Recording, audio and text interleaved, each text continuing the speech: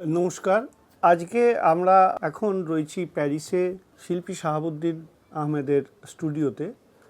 আর কয়েকদিনের মধ্যেই তার এক্সিবিশন ভারতবর্ষের দিল্লিতে। এই এক্সিবিশন মূলত তার প্যারিসে যখন তিনি শুরু করেন তার ক্যারিয়ার 1974 থেকে উনি যখন আসেন এবং তিনি তার কাজকে যেভাবে তৈরি করেছিলেন সেই ভাবনাটা স্তর কীভাবে পাল্টাতে 2000 সাল অবধি তার যে জার্নি সেইটা এখানে আমরা তুলে ধরবার চেষ্টা করেছি। এই এক্সিবিশনে মূলত যে ভাবনা চিন্তা তার পেছনে আমাদের বন্ধু প্রশান্ত তুলসিয়ান সমস্ত দিক দিকে হেল্প করেছেন এবং এই এক্সিবিশনের আরেকজন মূল আমাদের বন্ধু অজয় শঙ্কর রয়। ইনফ্যাক্ট এখন ওনারই সহযোগিতা নিয়ে আমরা এই ক্যামেরায় শ্যুট করতে পারছি এই প্যারিসে, তাকেও আমরা ধন্যবাদ জানাই। শাহাবুদ্দিন ভাই, যখন বাংলাদেশ তৈরি হলো সেই দেশ তৈরি করবার জন্য আপনিও একজন সৈনিক, কেমন ছিল আপনার দিনগুলো শুরু থেকে?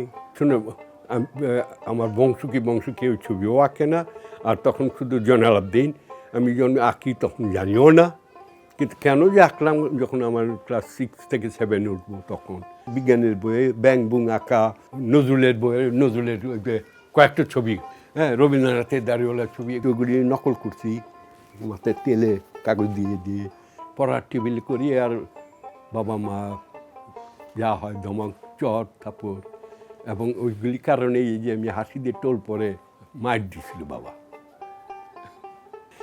আর আমার রাগ উঠে গেছে আরো বই। তখন আমি 4th ইয়ার থেকে পরীক্ষা দিয়ে আমার ডিপ্লোমা হয়ে গেছে। তখন আমাদের চারুকলা মহাবিদ্যালয়, যেটা জয়নাল আবদিন আমাদের, উনি কিন্তু পায়োনিয়ার, ওনার কারণেই আমাদের জন্ম, ওনার তো হয়েছে। তো ওখানে এক্সিবিশন আমার হল যখন আর্ট কলেজে সবাই জয়নাল আবদিন, আমি আর্ট কলেজ ঢুকছি, উনি অলরেডি আর্ট কলেজ ছেড়ে দিয়েছে, আসেন না, আর হলো না। কিন্তু আমার স্বপ্ন রইল একদিন না একদিন উনি আমাকে ডাকবেন। ওই সারটার দেখছি, কিন্তু নাম টাম চিনি না, ওইগুলি কপি করছি আমি আগের থেকে। আমার মুভমেন্টগুলি ওই যে সার আবার ঘুম টানতেছে, তারপর ওই ঠেলাগাড়ি ঠেলা দিচ্ছে, এগুলি আমি ইনফ্লুয়েন্স দিচ্ছি। দুর্ভিক্ষ আমি অনেক কপি চেষ্টা করছি, খাইছি সব বোনাস, ইটস ইম্পসিবল আমার জন্য। আমার কাছে মনে হয় পৃথিবীতে যত ড্রাফটম্যান ড্রয়িং এরিয়া হয় ওনার মতন কেউ না, কিন্তু ওনার যেটা এক্সপ্রেশন একটুতেই এত সহজভাবে করেছে, যেটা অনেক কী কয়, যেটা বড় বড় শিল্পী সহজভাবেই করে, এইগুলো আমাকে টানছে।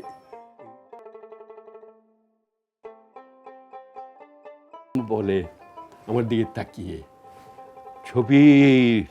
ছবি আঁকার রাজা দেশ, এটা মক্কা শিল্পীদের জন্য প্যারিসে তুই যাবি তো প্যারিসে? আরে উনি আর বলে কি স্বপ্ন, প্যারিস বড় শিল্পী হবি, পিকাসো এদেরকে মার দিয়ে দিবি। একদম সরল সহজভাবে মনে হচ্ছে আমার বাবা বা না আপন লোক। পারবি তো, তোরা দেশ স্বাধীন করেছিস, পারবি না? আমি নিশ্চয়ই, আমার শিহরে শক্তি বেড়ে গেছে, নিশ্চয়ই পারবো। আমি এসেছি 1974 সালে, অক্টোবর মাসে। আসলে প্যারিসে এসে আমরা প্লেন থেকে নেমে 14 জন, কেউই ফ্রেঞ্চ জানেও না। সে 600 কিলোমিটার দূর বগদুর কাছে ছোট্ট শহর, রয়ান নাম, এটা হচ্ছে সি বিচ।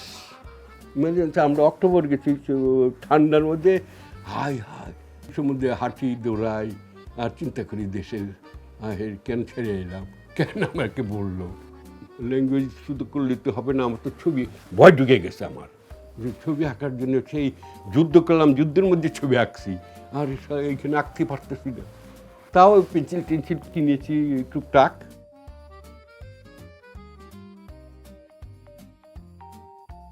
ওই সমুদ্রের পাড়ে হঠাৎ দূরে দেখেছি জড়ো হয় মানুষ, কতক্ষণ থাকে আবার দৌড়ায়, আবার অনেকেই দৌড়ায় যায়, আবার দেখে। আমার একটা কিউরিওসিটি, আস্তে আস্তে গেলাম, গিয়ে দেখি যে ইসরায়েলের প্যান্ডেলে একজন ছবি আঁকতেছে।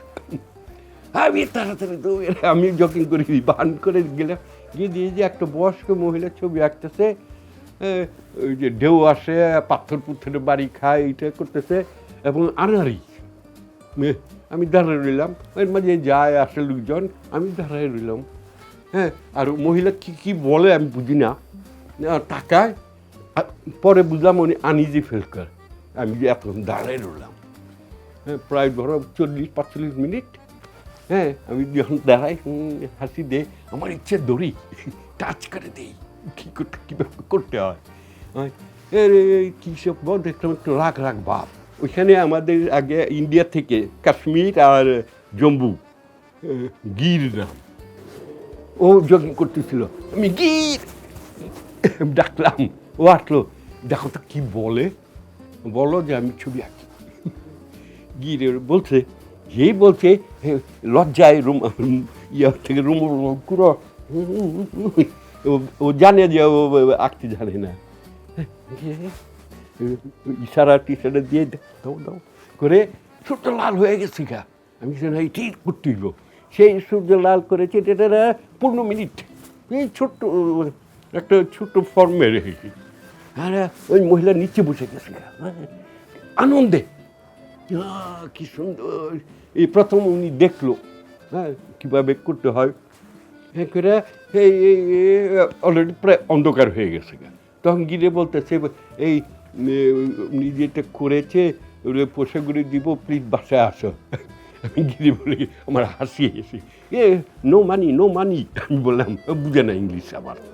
যেই বলছে যে টাকা নিবে না, ও লজ্জায় বেশ অরেঞ্জ জুস দিল, এই দিল, আরও কী দিল ভুলে গেছি আমি, বিস্কিট জাতীয়। তারপরে বলো তো সপ্তাহে একবার ক্লাস নিলে কত টাকা? এভরিডে ফ্রি, বুঝলে তো? ফ্রি শুনছি, আবার বললো আনইজি ফিল করছিল, বুঝেছ, এটা কী করে হয় ফ্রি। অবশেষে রাজি হইল, ঠিক আছে, এইখানে আমি আবার, বুঝেছ, নতুন করে শক্তি পেলাম। যে ওনার একটা অ্যাক্সিডেন্ট হয়েছিল এবং সেই জন্য ওনাকে ছবি আঁকাটা ওনার একটা নিজের থেরাপি করতেন, ছবি আঁকাটা দিয়ে থেরাপি ছিল। ঠিক একদিন ওর প্রেগনেন্ট থাকাকালীন অ্যাক্সিডেন্টে হাজব্যান্ড একদম স্পটে মারা যায়, আর ওর অ্যাক্সিডেন্টে বাচ্চা নষ্ট হয়ে যায়। কিন্তু বডি টডি সব ঠিক, শুধু ব্রেনে এফেক্ট হয়েছে। ওর তখন 60। জানো, আমাকে অনেক সময় বকা দিত, এই তোর মাকে টেলিফোন, আরে টেলিফোন তখন তো করা যায় না, টেলিগ্রাফ বা চিঠি লেখ, কিন্তু ও ঠিকই ফিল করে তোর মা কষ্ট পাচ্ছে।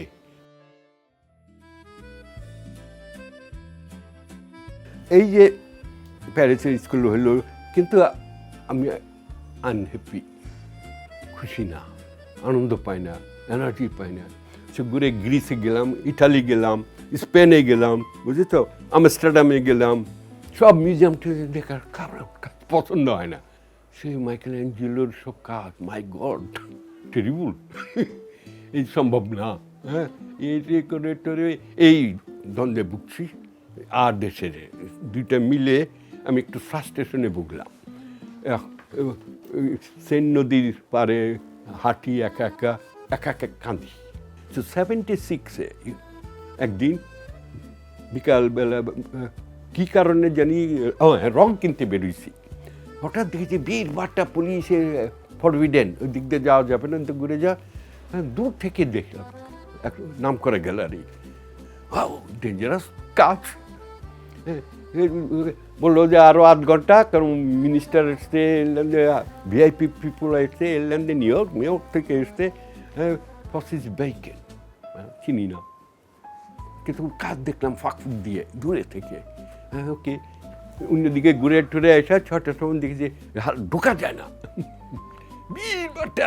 ওকে, তাও ঢুকলাম, দেখেছি এক ফলকি, মাই গড, এট লাস্ট পাইলাম।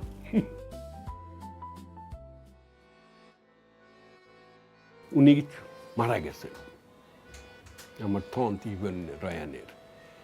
ওর বোন আমাকে টেলিফোন করে বলছে, শাহাবুদ্দিন তোর আসতে হবে, কারণ উইল করে দিয়ে গেছে, অল বিলং টু শাহাবুদ্দিন।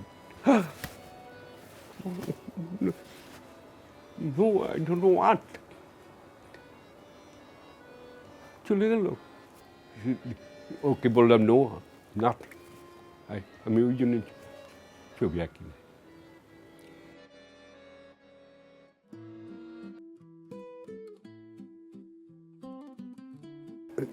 যখন আমি ওই যে বার্নেট গ্যালারি থেকে আমার পিঠে চাপিয়ে বলে continue, you know I will go to C mister young পার্রে, can I ask one question, you don't exhibit young painter?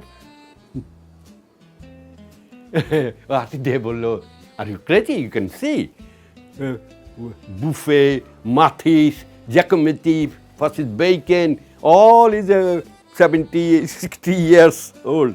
No, no, no. ভেঙে গেলাম, নো চান্স। আমার স্কলারশিপও শেষ, তো টিকিট পাইলাম, চলে যেতে হবে, এর মাঝে করতেই হবে, আর মাত্র 2 মাস আছে, দেন টিকিট গো ব্যাক। তো একদিন বিকালে আঁকতেছি, ওই লোক আমাকে বলে আর একটু টাইট করো, টাইট। আমি বললাম ইয়েস এক্সপ্লেন, ইউনো ওই যে জুতা জুতা সব ঠিক, টাইট না করলে না ডিস্টার্ব দেয় কিন্তু। তো পেন্টিংয়েরও সেম, তুমি সব আছে, স্পেস আছে, তুমি বেশি বেশি করো না, একটু টাইট করে ফোকাস এবং জুম ডাইনামিজম সব আছে তোমার। ওয়াও, তাই তো। শিল্পকে আপনি অন্যভাবে, শিল্পী হিসাবে অন্যভাবে দেখেছেন, কিন্তু আপনি যাদের রেখেছেন তারা তো অসাধারণ, সেই সব মানুষ যাদের প্রাতঃস্মরণীয়, Mahatma Gandhi, Rabindranath, Bangabandhu Sheikh Mujibur Rahman, Mother Teresa, Charlie Chaplin. কীভাবে আপনি এদেরকে এক সূত্রে গাঁথলেন? তুমি একটা খেয়াল করে দেখবে, যতজনের নাম বললে না, মাদাম তেরেসা থেকে তারপর চার্লি চ্যাপলিন, খেয়াল করে দেখবে চার্লি চ্যাপলিন কিন্তু যখন মহাত্মা গান্ধী লন্ডনে আসে, হ্যাঁ, চার্লি চ্যাপলিন কিন্তু ওকে সহানুভূতি করেছে, জানালা দিয়ে ওয়েলকাম করেছে, লেনদেন, সবাই রাগ কেন গান্ধীর উপর চার্লি চ্যাপলিন। চ্যাপলিন কোথাও না কোথাও ভারতবর্ষ মানে ইন্ডিয়া সাবকন্টিনেন্টের সাথে জড়িত, এটা আমাকে আকর্ষণ দিচ্ছে।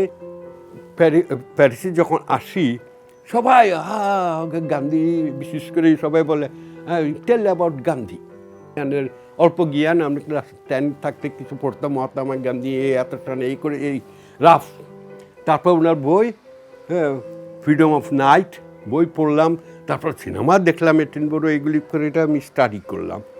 আসলে ওনার চোখ আমার কাছে মনে হচ্ছে আকাশে অনেক উঁচা থেকে উনি দেখছে, যেটা অন্যরা কেউই দেখতে পারে না। একটা রাজনীতিবিদ, পৃথিবীর কোনো রাজনীতিবিদ এইভাবে দেখতে পারে নাই। এই যে মানুষের কষ্ট, দুঃখ, ব্যথা, বেদনা, এর লেনদেন, এবং ওদের সাথে জড়িয়ে গেল। মাদাম তেরেসা এক বিদেশে গিয়ে করেছে, এটা আমাকে দাগ কাটে। ও যেভাবে করেছে পৃথিবীতে ছড়িয়ে দিয়েছে।